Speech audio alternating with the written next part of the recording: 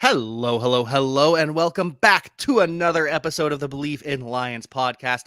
I'm your host, as always, Jack Kavanaugh, and we're feeling a little bit better now that we've had some time to pass, get over the bruises of the last weekend, and now we are excited that the Lions will be hosting Monday Night Football, and it's going to be Halloween, and most importantly, it's going to be homecoming for all pros, such as the one, the only, Glover Quinn. Yeah, back in town for homecoming. And like you said, it's Halloween, so it should be a great weekend of fun back in Detroit. Oh, I'm so excited to hear about it. Glover Quinn coming home to Detroit. And I know Houston is also home, but we're happy to have you back in Detroit. Be on the lookout for Glover Quinn on the Jumbotron, on social media, and all that jazz. What are you most excited for about returning home, Glover? Just getting back out there and getting around the fans. I had such a great time playing out there. The fans were awesome. Um, so just being able to get back out there, see some of those guys, show my appreciation, feel the love from the city, be back in Ford Field, feel the vibes. I don't know if I've been, well, I guess I have been to maybe one professional football game since I retired, maybe one or two. Um, but I haven't been back in Ford Field since I retired. So it'd be great to get back there, feel those vibes, those memories start to pop up in your head and all those good things. So it should be a great time. But like I said, getting back out there, being around the fans, um, should be fun. Live off the energy that they've got going and bring some energy yourself in your return, some energy to these lines. We're excited to hear about your experience there behind the scenes, what's going on. So be on the lookout for that. But in this return to Detroit, Lions are hosting the Raiders on Monday Night Football. What are your overarching thoughts on this? Because it's so much going on. It's Monday Night Football, coming off a big loss, homecoming, Halloween. That's four different things pulling at you in different directions. Halloween's probably lower down on the list, but it's a lot going on here. Yeah, it is. And I think that bodes well for Detroit, not so great for Las Vegas. I think the Lions will bounce back. We saw them lose in week 2 to Seattle, and then they bounced back and won 4 in a row, I think it was. So, coming off a bad loss in Baltimore, just wasn't a great game, just didn't look well. You look back at last year when they lost like that to Carolina, they come right back and get a win and finish off the season on a high note. So I look for those guys to bounce back, throw that game in the trash, and keep it moving forward. And then the fact that it's homecoming, I think the vibe, the energy, the city is going to be electric. Then it's Monday night. I think that's going to add to it because now the Lions have been traveling all over the place, showing up at homes and in other stadiums. Now we're going to be home, but not just for a 12 o'clock, 1 o'clock game. We're going to be home for a Monday night prime time football game. And although the Lions lost last week, they still love the Lions. So they want to watch us play. They're going to show up. The fans are going to show up. And like you said, it's Halloween. So I'm sure it's going to be some cool costumes going on that we'll be able to see. So I just think it's going to be a great overall weekend in Detroit, culminating Monday Night Football with a big win.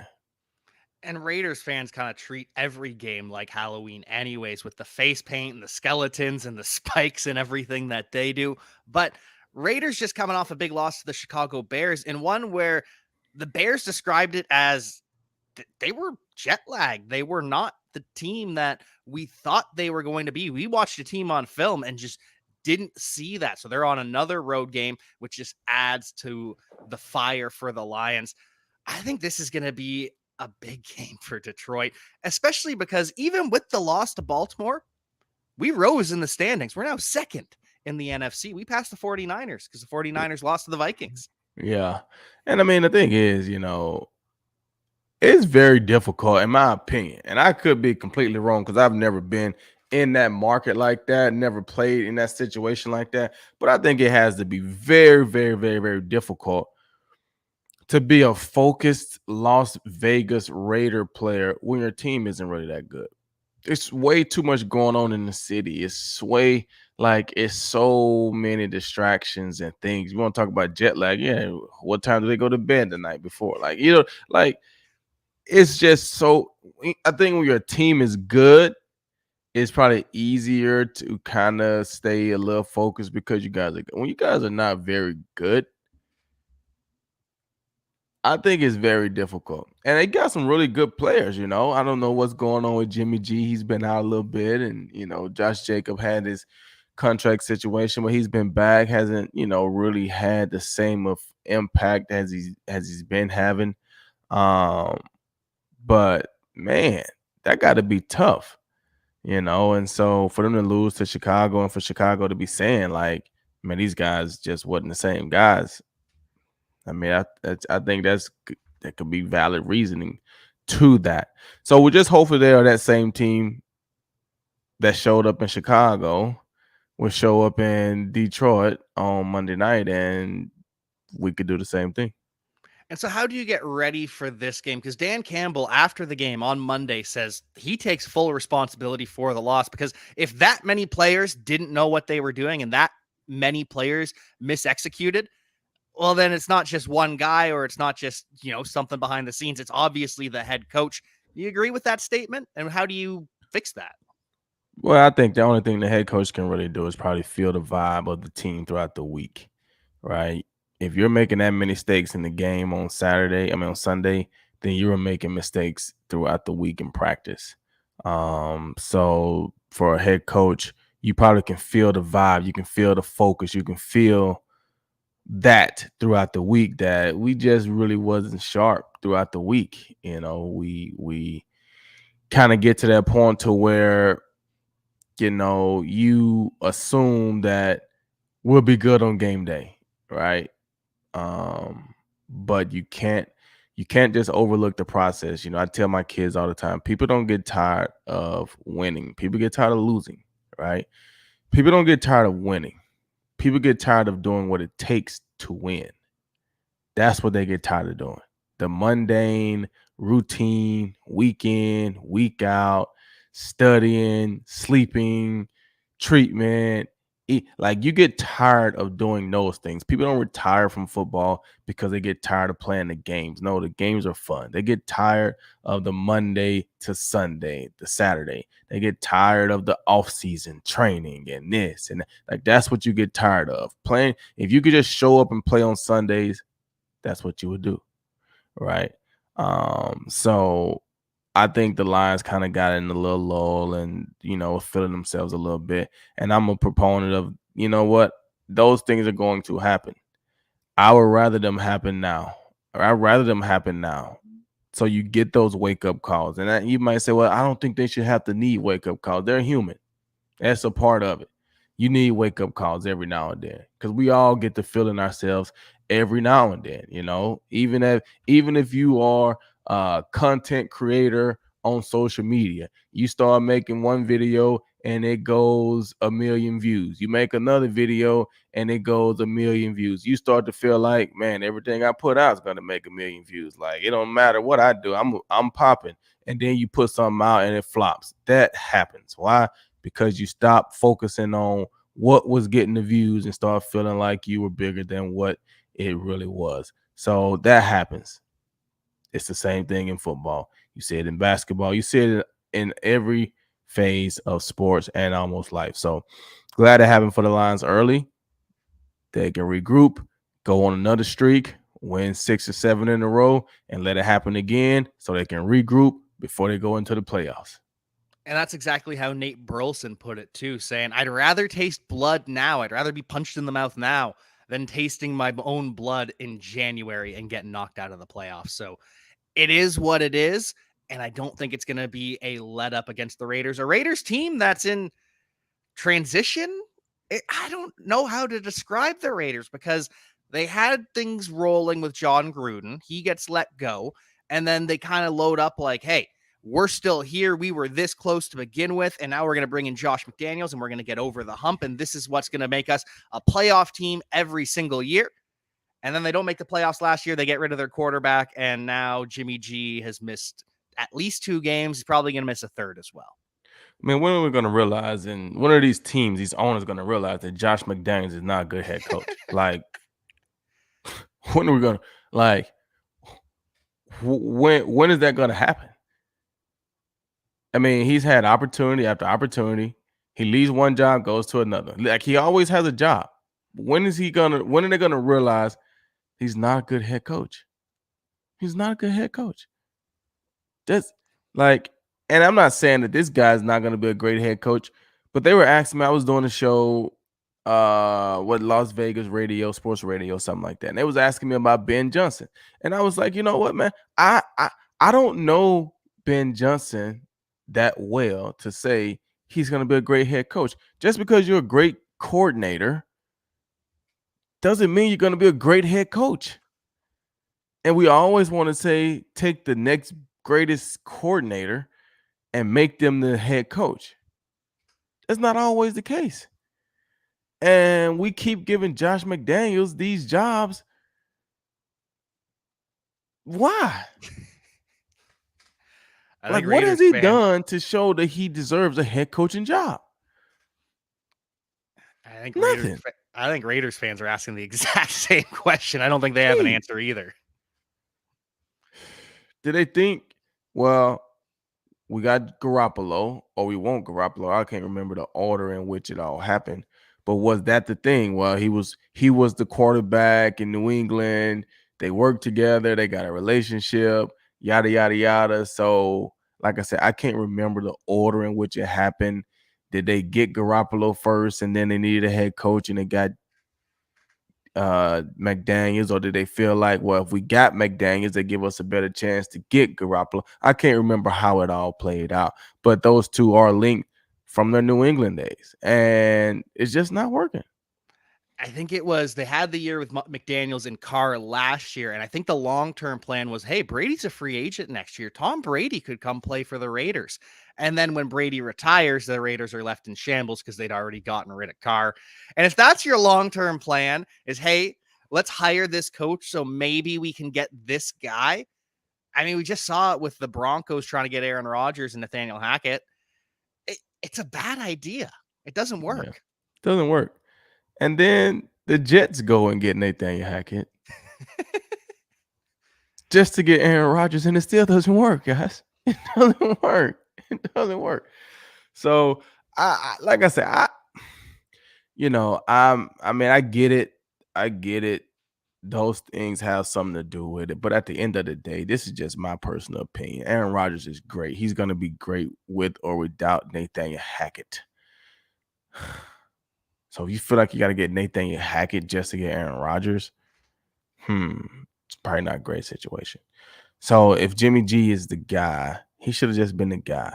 If the Raiders are the organization, just be the organization. Don't feel like I got to get Josh McDaniels to get Tom Brady.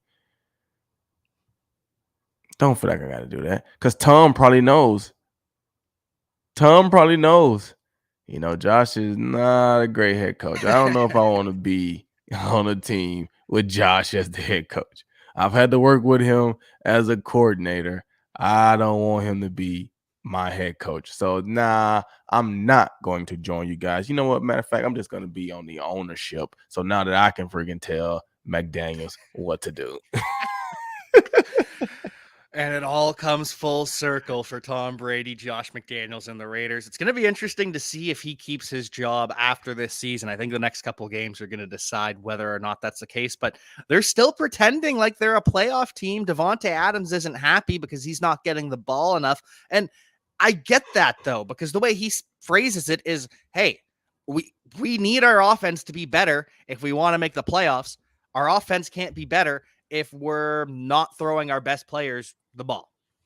Right. And I mean, a lot of people has, negative things to say about that, and people have positive things to say about that. And I feel like that's just being able to look in the mirror and see, like I was saying, sometimes you look at teams and they're winning games, but they're not winning in a way where you're like, they play against a good team, they're going to get beat, right? They're beating teams that are inferior teams or teams that they should beat anyway, but they're still not winning impressively. So you're just like, these guys are 4-1, but they really haven't played anybody, and they really haven't been playing good.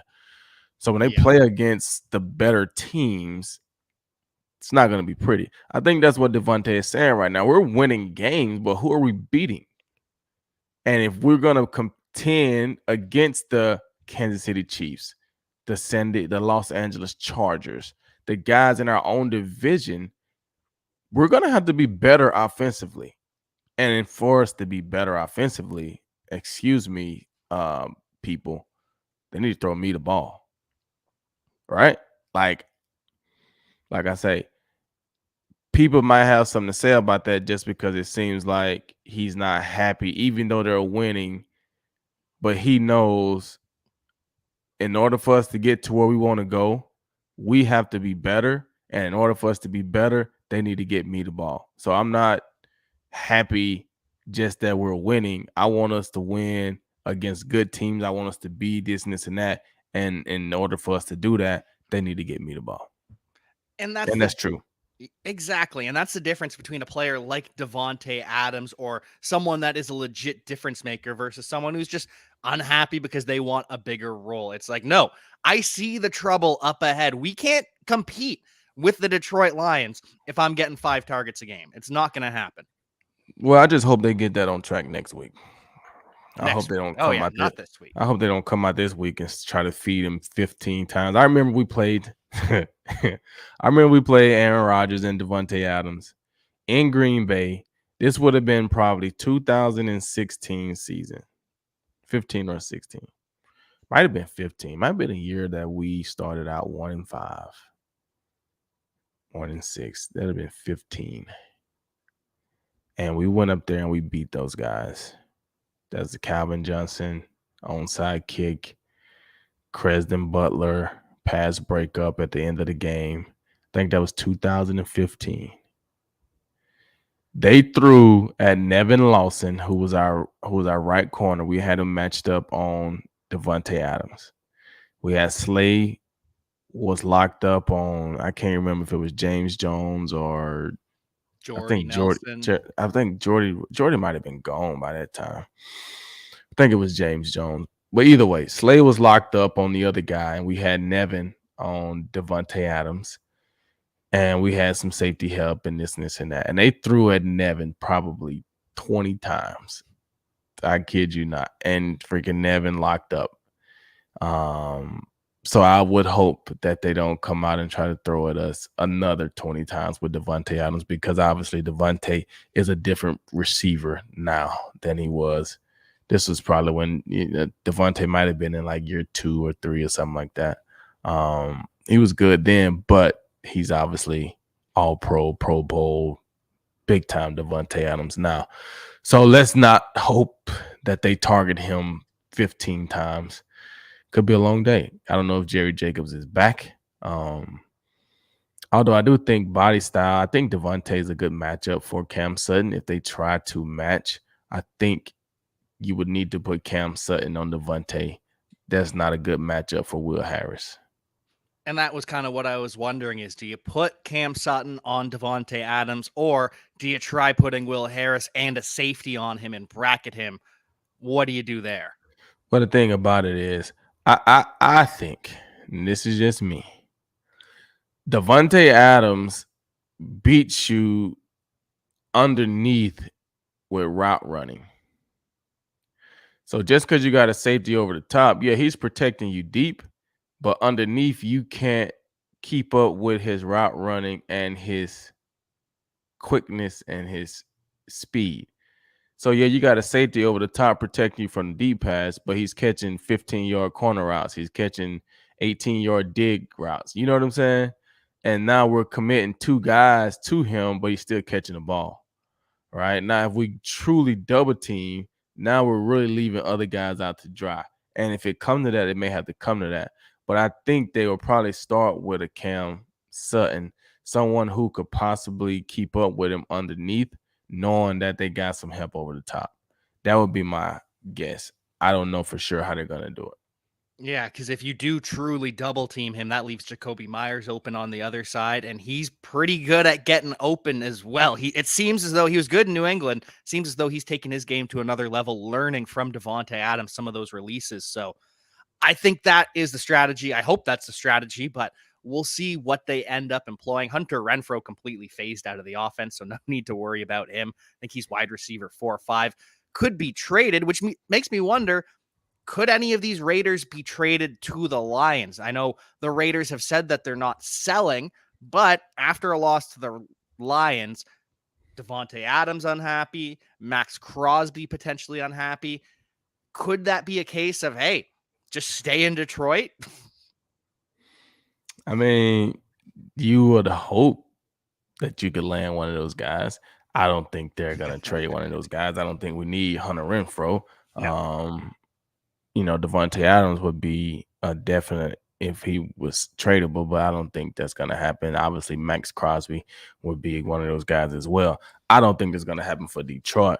But I think they're gonna have to do something, especially with the news of Marvin Jones stepping away and taking care of his situation. I think they're gonna have to add somebody, and I don't know who it may be.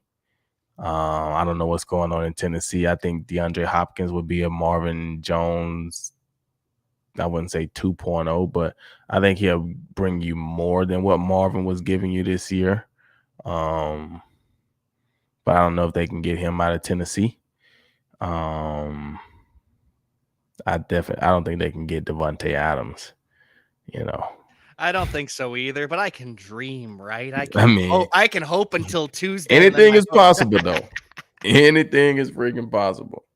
But I don't know. I mean, I'm pretty sure they're studying it, seeing who's available, who they can get, who they think, and I think honestly, the timing of the Marvin Jones situation tells you that they probably want to make a move. Because if you wait till after the trade deadline to step away or to release him or whatever that situation was, you're kind of screwed. But if you do it now before the deadline, now we got a spot, we got some availability, and now we got a need. And it just showed other teams in the league that you have a need. So if they know they got wide receivers that's available, they may be wanting to come reach out to you like, hey, kind of trade. Like, what are you thinking? You know what I'm saying? We just need a second round draft pick. We got this guy, yada, yada, yada. Who knows what's happening? But I think, that news coming out when it came out, I think that shows that the Lions will probably be a buyer of some sort in free agency, not free agency, before the trade deadline. And that's kind of what I was thinking too. And we wish Marvin Jones and his family all the best. We hope that everything goes well with them, and hopefully he can return to football if and when he is ready. But in the meantime, yeah, the Lions, I think they are going to make a move. They kind of have to at this point, right? They need, because Jameson Williams can't play a full-time role. Khalif Raymond also can't play a full-time role. So you need someone else opposite Amon-Ra St. Brown and Josh Reynolds, right? Yes, I definitely think they have to add somebody. I don't know what caliber they're going to add, but I would assume if you're adding somebody, you want to add somebody that's going to help you, right? You want to add somebody that's going to give you more than what you were getting from Marvin. And so I don't know exactly who that's going to be. Honestly, I don't know, but I would expect something. When is the deadline? Next week? Week after? Tuesday.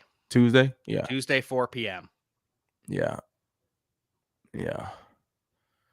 I would assume, and you'll be able to see, and I'm sure you can't notice everything, but you'll be able to see who are potential trade candidates by who's active, who's inactive come Sunday, because if they know they're tradable, right?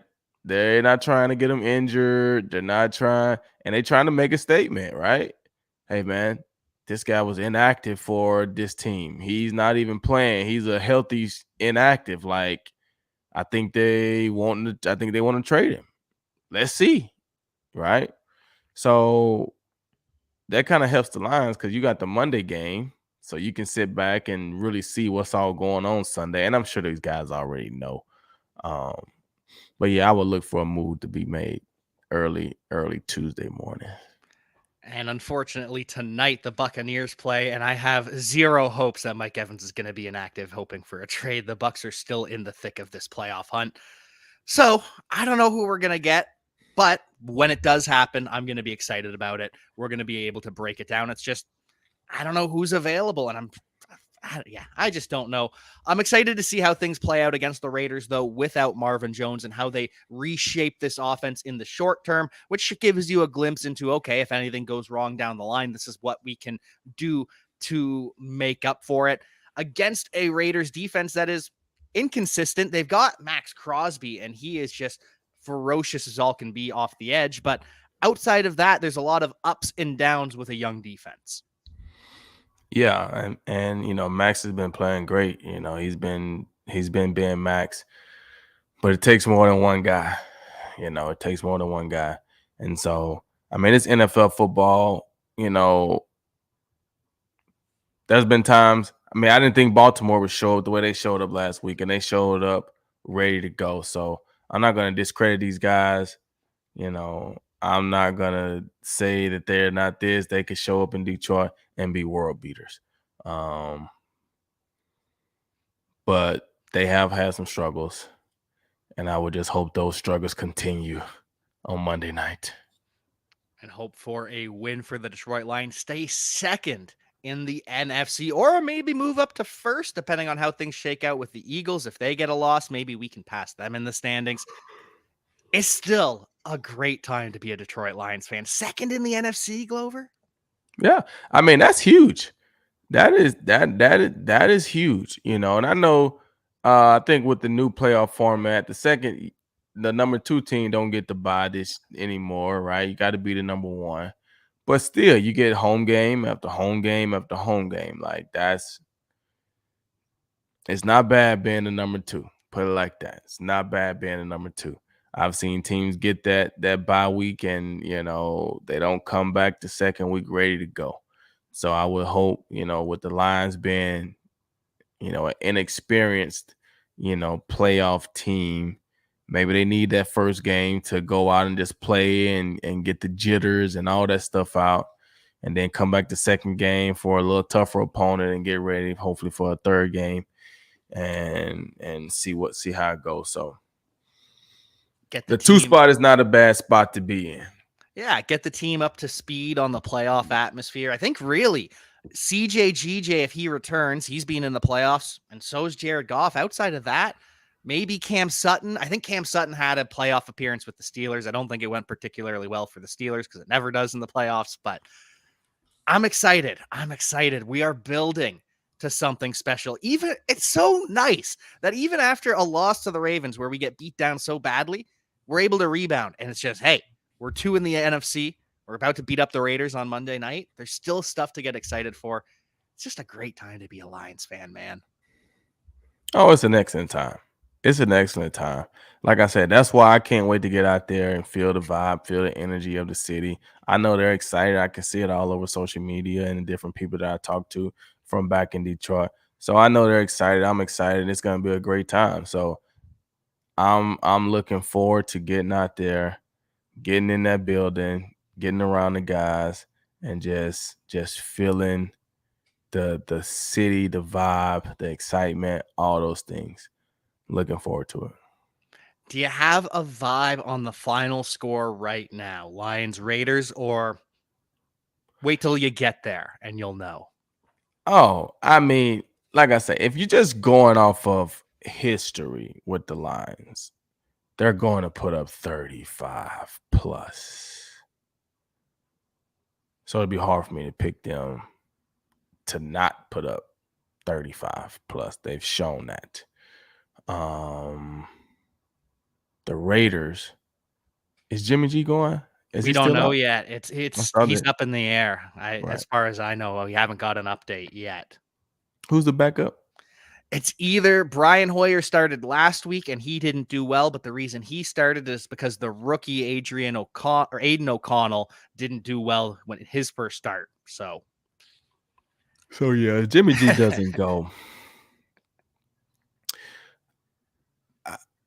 If Jimmy G doesn't go,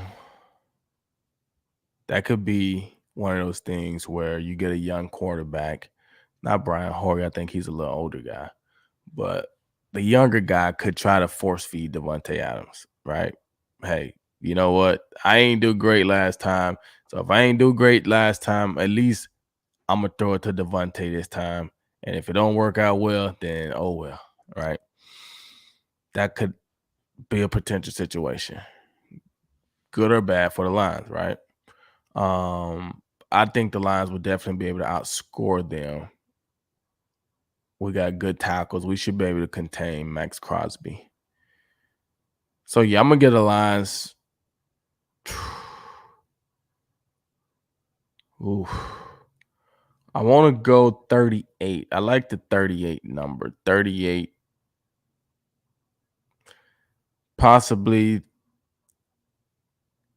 Yeah. Probably 38. 34 to 38. Something like that. And then Oakland. I mean, not Oakland. I apologize. Las Vegas. I'll give those guys 17. I'll give them 17. 38-17.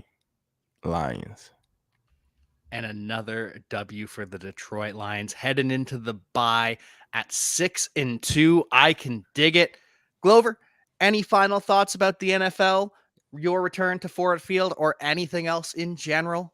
Man, turn up, man. This is a great time of year. Football is in midseason. Baseball is in the World Series. Basketball just started back. Holiday season is right here. It's Halloween. You're right into November and Thanksgiving. It's just a great, great, great time of year. The weather is changing. Not really that much in Houston, but I'm sure up north it's going to be a little cool. I got me a couple little jackets and hoodies because it's going to be feeling different. The air is going to feel different, and I'm just excited. So I hope you guys are excited. Hope the fans are excited. And let's enjoy another great weekend of sports. College football, baseball, basketball, football. Every day of the week, every night of the week, it's on. But Monday night, we're in Ford Field. We're at Ford Field with a 38-17 win for the Detroit Lions. We'll be back to talk to you after to break down all of the action. But until then, we will see you next time. Peace.